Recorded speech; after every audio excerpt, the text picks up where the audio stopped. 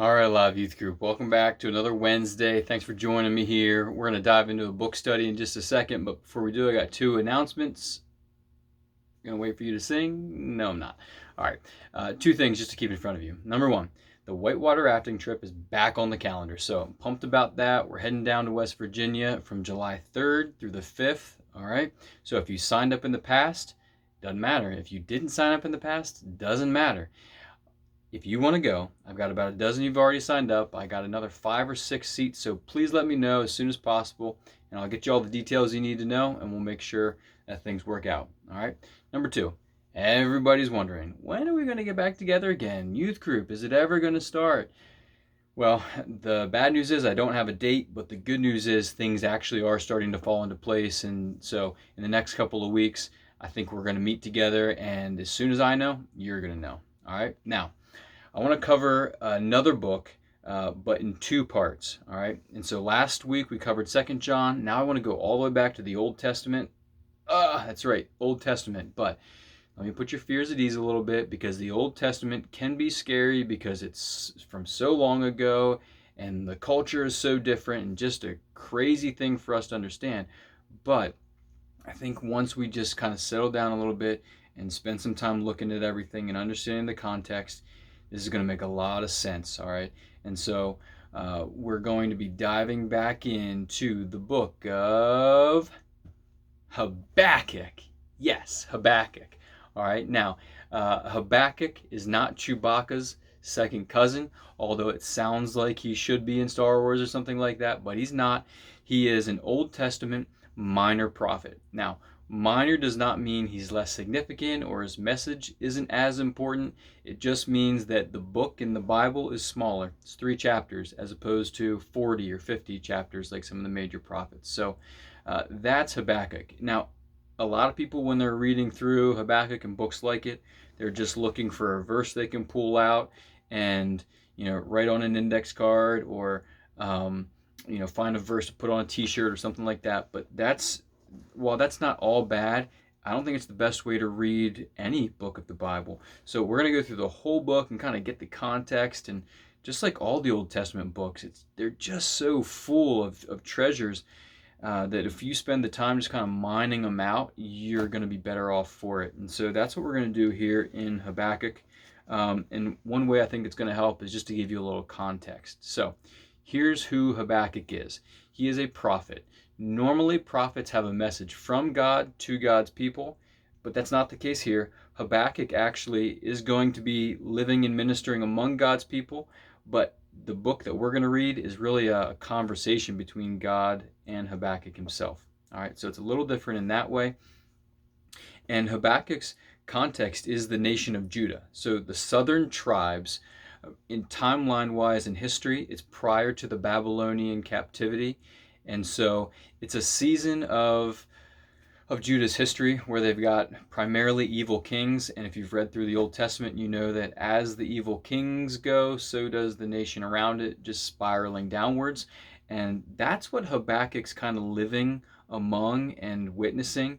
And that's what you're going to see Habakkuk, kind of the context of his conversation with God. And so in the book, it's 3 chapters. The first 2, which we're going to cover today, are Habakkuk's complaint, or really kind of calling God out on the floor, and then God's response, followed by another questioning of God, and then God's second response. All right, so what's Habakkuk crying out about? Let's dive in and look. All right, starting in verse 2 of chapter 1. Habakkuk says this: "O Lord, how long shall I cry for help, and you will not hear, or cry to you violence, and you will not save? Why do you make me see iniquity, and why do you idly look at wrong? Destruction and violence are before me, strife and contention arise. So the law is paralyzed, and justice never goes forth. For the wicked surround the righteous, so justice goes forth perverted." And so here, from Habakkuk's perspective, he's seeing among the rank and file of God's own people in Judah, he's seeing injustice and violence and contention and destruction. And it grieves his heart. It's hard for him to see.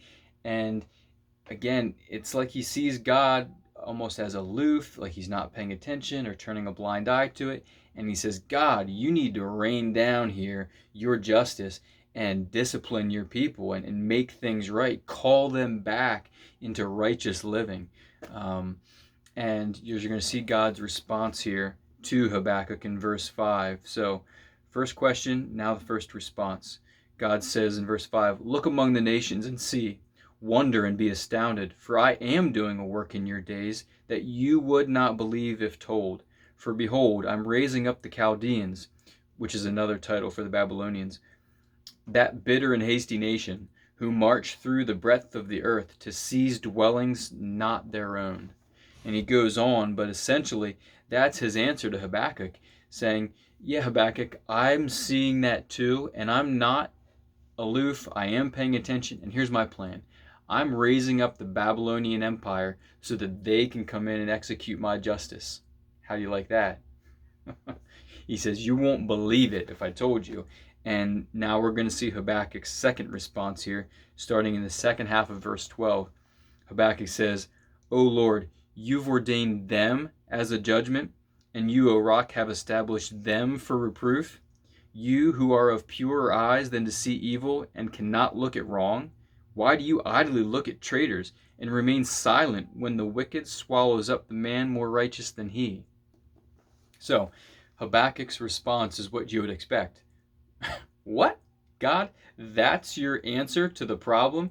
You're going to take the Babylonians, this nation that is known for their wickedness, they're more evil than we are, and they're going to come in and discipline us on your behalf?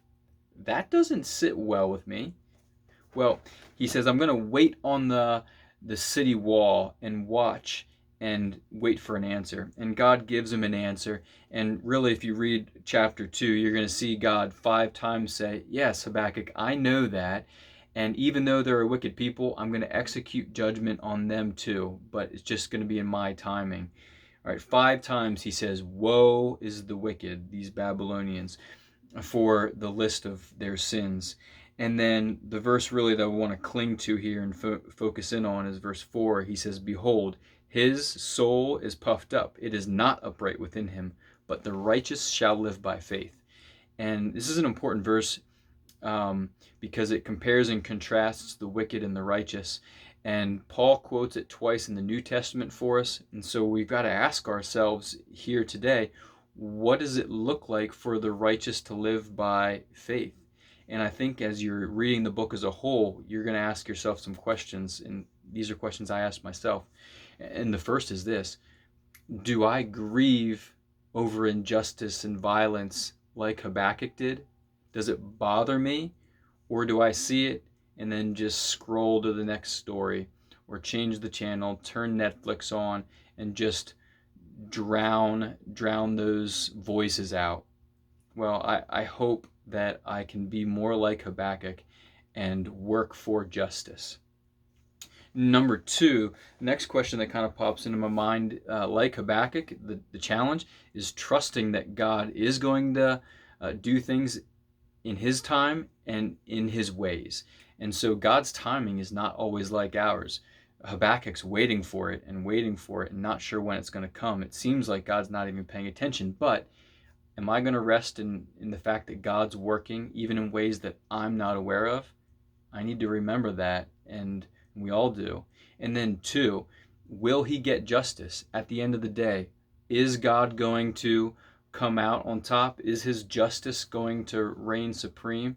And the answer is yes, it is. But it doesn't always happen in a way that makes sense to me. And that's, I think, what's difficult for us. So what does righteous living look like? Living by faith. We're going to see that in chapter 3 a little bit, but for today, I think it just means trusting in God's good plan, because God is just, and I think we don't have to look any further than the person and work of Jesus on the cross, because all of humanity's sin is something like Habakkuk looks on, and he says, that's grievous. And God looks on our sin as grievous, but the way he gets justice is backwards. He actually puts the only righteous man in all of history on the cross. And that's where my faith rests, and I hope yours does too. All right. Love you guys. I miss you. I'll see you soon.